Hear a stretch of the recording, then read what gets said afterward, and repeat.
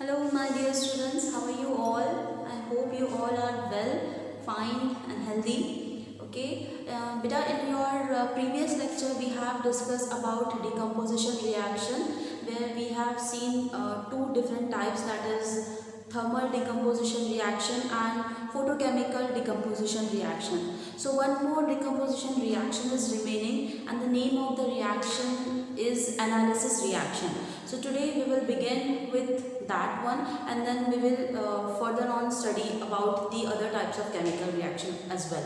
Okay, so the name of the reaction is third one, analysis reaction. So decomposition reaction in which a compound decomposes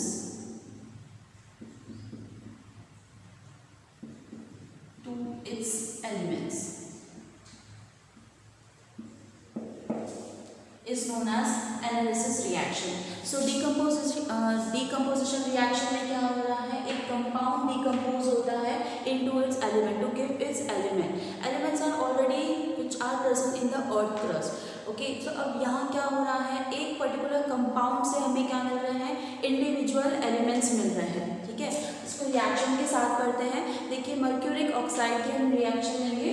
mercuric oxide okay getting decompose here.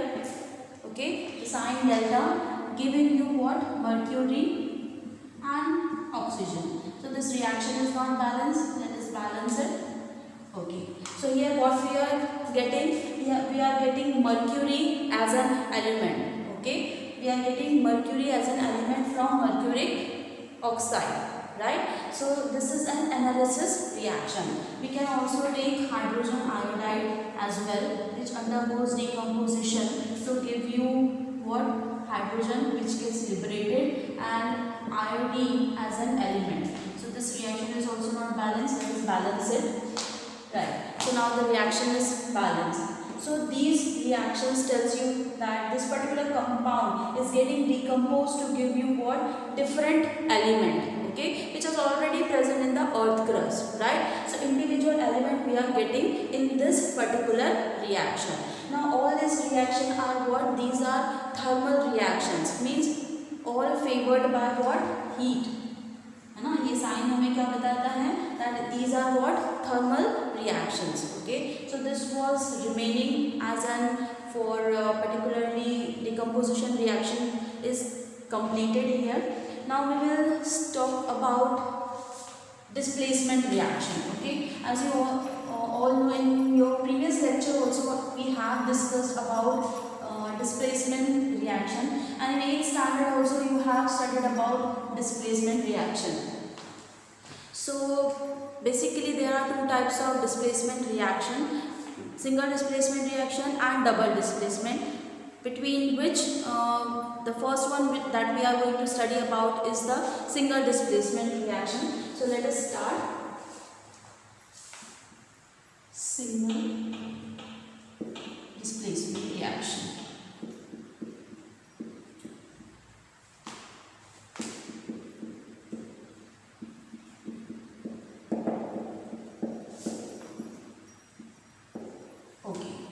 Now, in single displacement reaction, the more reactive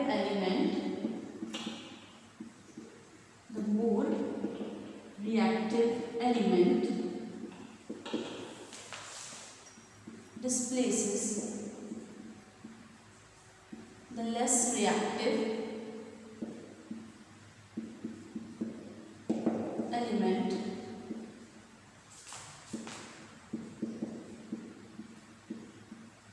from the soluble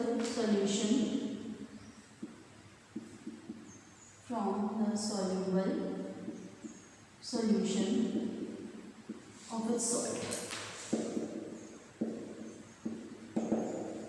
चलिए, तो definition क्या कहती है कि single displacement reaction है ना, single displacement reaction में क्या हो रहा है, more reactive element it displaces the less reactive element from the soluble solution of its salt. Okay, तो यहाँ पर सपोज करिए AB is reacting with C to give what A plus BC.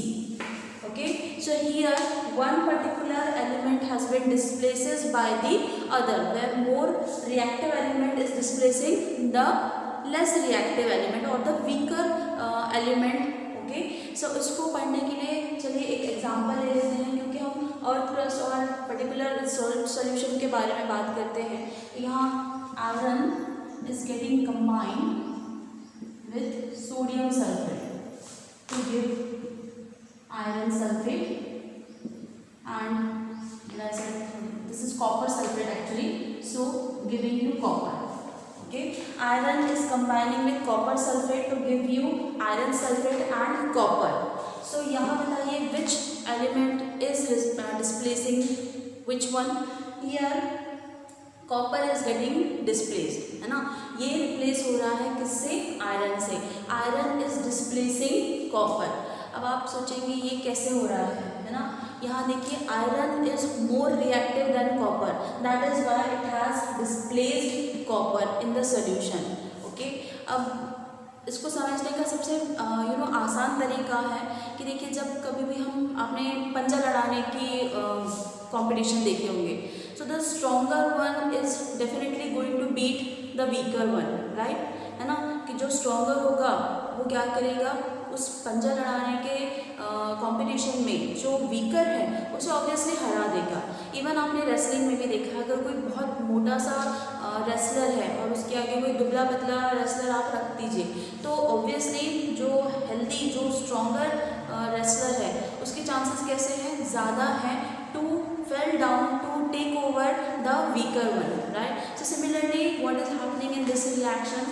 This particular more reactive element is displacing the less reactive element. Okay, so this one is getting replaced by iron. Okay, अब समझ रहा है आपको कि double single displacement reaction में क्या हो रहा है, यहाँ पर आयरन क्या कर रहा है, कॉपर को रिप्लेस कर रहा है। चलिए अब ये एक्सपेरिमेंट ही मैं आपको करके दिखा देती हूँ तो आपको बहुत अच्छे से समझ में आएगा। देखिए यहाँ मेरे पास I have a test tube. This is an iron nail, okay, and then I have copper sulfate solution. Okay, अब आपको पता है copper sulfate is blue in color. Now what I will do, I'll put this iron nail into the test tube and I'll pour some copper sulfate solution. Okay,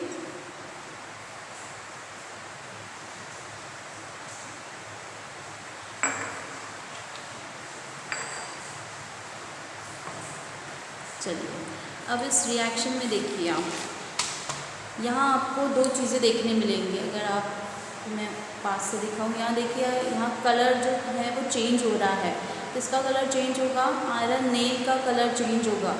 it will B of brown colour giving you what, ferrous sulphate. अब मैं यहाँ ये क्यों कह रही हूँ, है ना, यहाँ देखिए दिख रहा है आपको किस तरीके से copper is getting deposited on the iron, ये दिख रहा है, ये देखिए, है ना, ये बहुत फास्ट होती है ये reaction.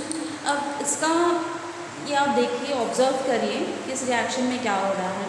Okay, when you are dipping this particular iron nail into this copper sulfate solution, what is happening, copper is getting deposited on the iron nail leaving you what, ferrous sulfate। देखिए बहुत सारा जमा हो गया है ना, ये आप जितना मैं करते जाऊँगी, जितनी देर ये आयरन नेल रहेगा उतनी देर तक ये पर्टिकुलर रिएक्शन चलते रहेगी।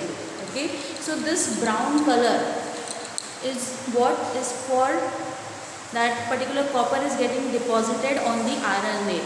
अब इसका एक मीनिंग ये है कि ये पर्टिकुलर कॉपर जो है वो इस सोल्यूशन से फ्री है।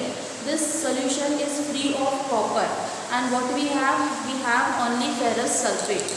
ठीक है, यहाँ कलर चेंज आपको दिखेगा, it will be slightly colour change, जैसा डार्क ब्लू था। अब इसको कंपैरेटिवली आप देखिए, इसका कलर और इसके कलर में आपको बहुत फर्क दिखेगा, है, दिख रहा है। और जितनी देर ये रहेगा उतनी देर ये रिएक्शन चलेगी, है ना। ठीक है, ओके। सो ये रिएक्शन बहुत इंस्टेंटली होती है, ये आपको समझना है कि यहाँ मैंने आपको क्या करके दिखाया है, यहाँ iron is more reactive, that is why it has displaces copper, doing what, giving a product which is copper sulfate, इसको रिप्लेस करके हमें क्या मिला है, iron sulphate, leaving copper in the solution, मतलब सोल्यूशन में कॉपर इज फ्री। ओके, तो ये एक्सपेरिमेंट जो है ये शो करता है सिंगल डिस्प्लेसमेंट रिएक्शन को। ऐसे बहुत सारे एक्सपेरिमेंट्स हैं, ऐसे बहुत सारे रिएक्शन हैं बेटा जहाँ पर आप सिंगल डिस्प्लेसमेंट रिएक्शन जो है वो देख सकते हैं। फॉर एग्जांपल है जिंक, कि zinc is getting reacted with copper sulphate which is aqueous, okay, giving you what, zinc sulphate plus copper, okay. lead getting reacted with copper chloride, being aqueous, giving you what, lead chloride plus CO2, okay. Zinc reacting with dilute H2SO4, to give you what, ZnSO4 plus H2, hydrogen will be liberated. Okay, and one more, silver is reacted with copper sulfate, but there will be no reaction.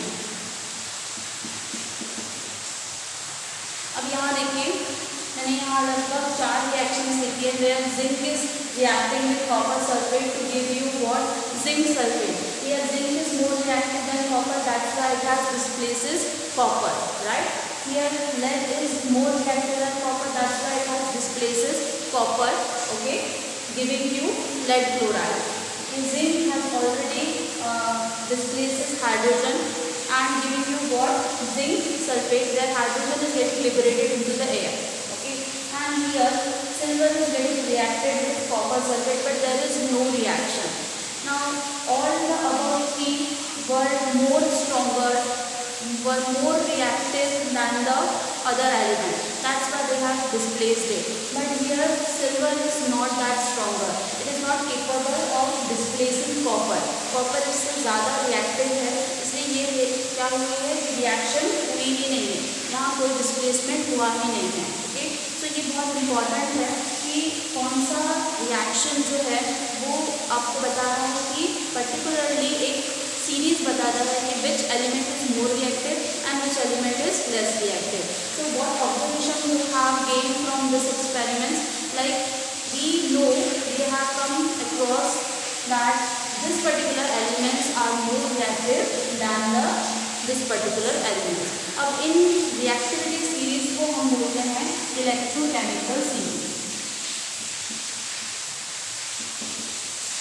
इसको क्या बोलते हैं, electrochemical series.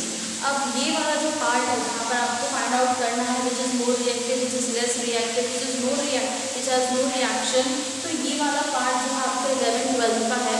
तो अभी के लिए सिर्फ आपको इतना पता होना चाहिए कि कौन सा एलिमेंट जो है रिएक्टिव है ज़्यादा और कौन सा कम है, जो कि आपने मेटल नॉन मेटल चैप्टर में पढ़ा है। रिएक्टिविटी सीरीज में आपको पता है कि from beginning to sodium to up till gold we have reactivity series, जहाँ हमें पता है which is more reactive, which is less reactive and comparatively which is least reactive, okay. तो यहाँ इस पर्टिकुलर सीरीज को हम बोलते हैं electrochemical series, okay. So this was all about single displacement reaction. अब हम बात करते हैं डबल डिस्प्लेसमेंट रिएक्शन की। Let me rub this, okay.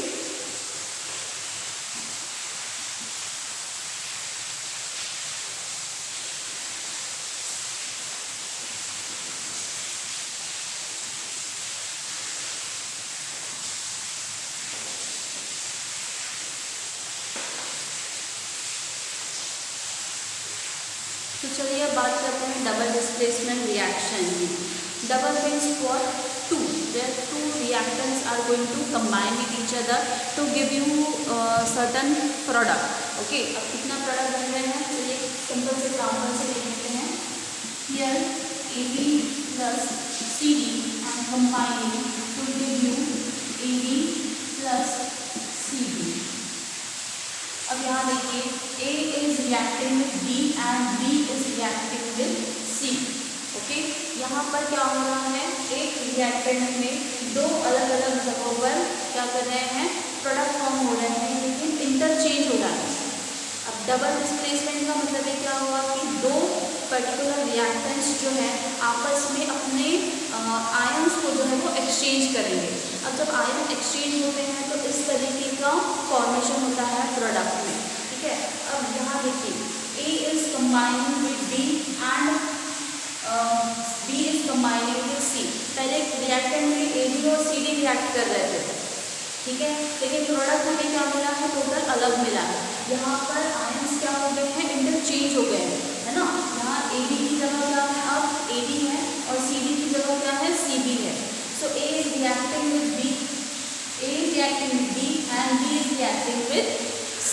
Okay, तो इसको बोलते हैं हम डबल डिस्प्लेसमेंट रिएक्शन। अब इस पर्टिकुलर रिएक्शन में you will always get a precipitate. Okay, अब हमेशा एक प्रेसिपिटेट मिलता है हमें, इसलिए इस रिएक्शन को हम प्रेसिपिटेट रिएक्शन भी बोलते हैं या फिर प्रेसिपिटेशन रिएक्शन भी बोलते हैं, ठीक है। इसको बेस्ट एग्जाम्पल मैं आपको देती हूँ, यानी कि sodium sulphate aqueous reacting with barium chloride to give you aqueous to give you BA as suppose that is barium sulfate plus NaCl BA aqueous.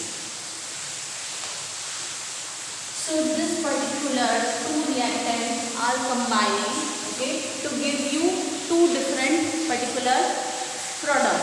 अब यहाँ इस रिएक्शन में देखिए, ठीक है, इस रिएक्शन में क्या हो रहा है, एक प्रेसिपिटेट फॉर्म हो रहा है। प्रेसिपिटेट फॉर्म होने का मतलब क्या है, when it is insoluble in the medium, या medium is what, या medium is aqueous, right, means water हम ले रहे हैं, तो water में insoluble होने की वजह से क्या बनता है, एक प्रेसिपिटेट बनता है। Okay, so this is the reason for formation of PPT and NaCl is an aqueous solution, it has been formed। अब यहाँ इसको डबल डिस्प्लेसमेंट को हम कैसे पढ़ेंगे, इसको डिटेल में पढ़ते हैं, क्योंकि यहाँ आयंस किस तरीके से फॉर्म हो रहे हैं। अगर हम इसको डिसोसिएट करें तो डिसोसिएट होकर कैसे बनेंगे, आयंस के फॉर्म में, है ना। SO4 2 नेगेटिव, बेरियम का क्या बनेगा, Ba2+ एंड Cl नेगेटिव, ठीक है। अब यहाँ देखिए Na+Cl नेगेटिव कितना चार्ज है, SO4 2 नेगेटिव Ba2+, तो यहाँ देखिए पॉजिटिव नेगेटिव के आयंस बराबर है, ये क्या होंगे, इंटरचेंज होंगे, इसके साथ इस तरीके से। तो ये पहले इस तरीके से डिसोसिएट होते हैं आयंस रिएक्टेंट में and then they interchange, okay, and then they interchange their ions forming what, a PPT and then one more product we get, ठीक है। इसके अलावा एक और प्रोडक्ट जो है हमें मिलता है। हमेशा याद रखिए डबल डिस्प्लेसमेंट रिएक्शन में या डिस्प्लेसमेंट रिएक्शन में हमें एक PPT जरूर मिलता है, एक प्रेसिपिटेट जरूर मिलता है along with a one more product, ठीक है। तो यहाँ आयंस एक्सचेंज हुए और कितने एक्सचेंज हो रहे हैं, this is 1, this is 2, okay, 2 ions are getting interchanged with each other, okay, that is why the name is what, double displacement reaction, ठीक है, DDR डबल डिस्प्लेसमेंट रिएक्शन बोलते हैं, क्योंकि यहाँ पर कितने आयंस एक्सचेंज हो रहे हैं, दो आयंस जो है एक्सचेंज हो रहे हैं, कितने, 2 कंपाउंड्स जब रिएक्ट कर रहे हैं तब।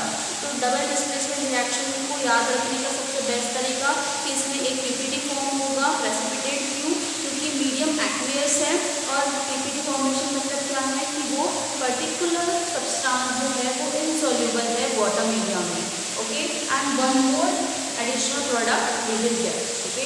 So this was all about single displacement reaction, double displacement reaction, ठीक है। इसके अलावा इसके सब टाइप्स भी हैं जिसको हम पढ़ेंगे, वहाँ पर प्रेसिपिटेट है एंड ऑल, तो वो आपके नेक्स्ट लेक्चर में करेंगे, क्योंकि अभी जब मैंने एक साथ ये सब पढ़ा दिया तो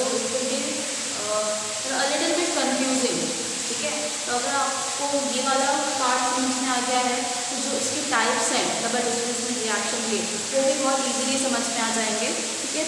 इसके जैसे हमने केमिकल रिएक्शन की कैरेक्टरिस्टिक्स पढ़े थे, है ना, evolution of gas, gas formation, precipitate formation, like that displacement reaction, double displacement reaction is also having certain type of characteristic, okay. तो in the same manner we have to study, but in your next lecture.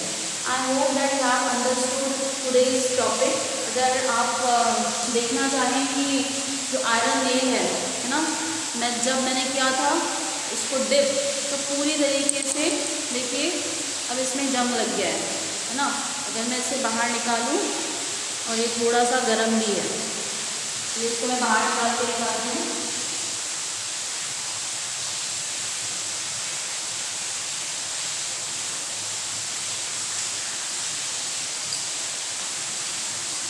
देखिए इसका colour change हुआ है ना, इस colour का था, अब यहाँ कलर चेंज आपको दिख रहा है। सेकेंडली यहाँ डिपोजिशन ऑफ कॉपर देखिए, ठीक है, ऑन द आयरन नेल। अब अगर मैं इसको निकाल के आपको दिखाऊं तो इस आयरन नेल को आप पास से देखिए कि इसमें कितना सारा रस्ट आ गया है ना, it has already been totally change. जब पूरा स्टील का था, आपने वीडियो स्टार्टिंग में देखा होगा, इसके अंदर डिपोजिशन देखिए कितना सारा है ना। सो ये रिएक्शन है बेटा, ये सिंगल डिस्प्लेसमेंट रिएक्शन था। डबल डिस्प्लेसमेंट रिएक्शन भी हम देखेंगे, डेफिनेटली देखेंगे, पर फिजिकल क्लासेस स्टार्ट होने के बाद, ओके। सो जितना पॉसिबल है जो मैं आपको जो वीडियो बता सकती हूँ डेफिनेटली वो मैं आपको बताऊँगी। आई hope that you have understood today's topic, okay. Do note down each and every example that we have studied during the lecture, okay. Good day students, take care.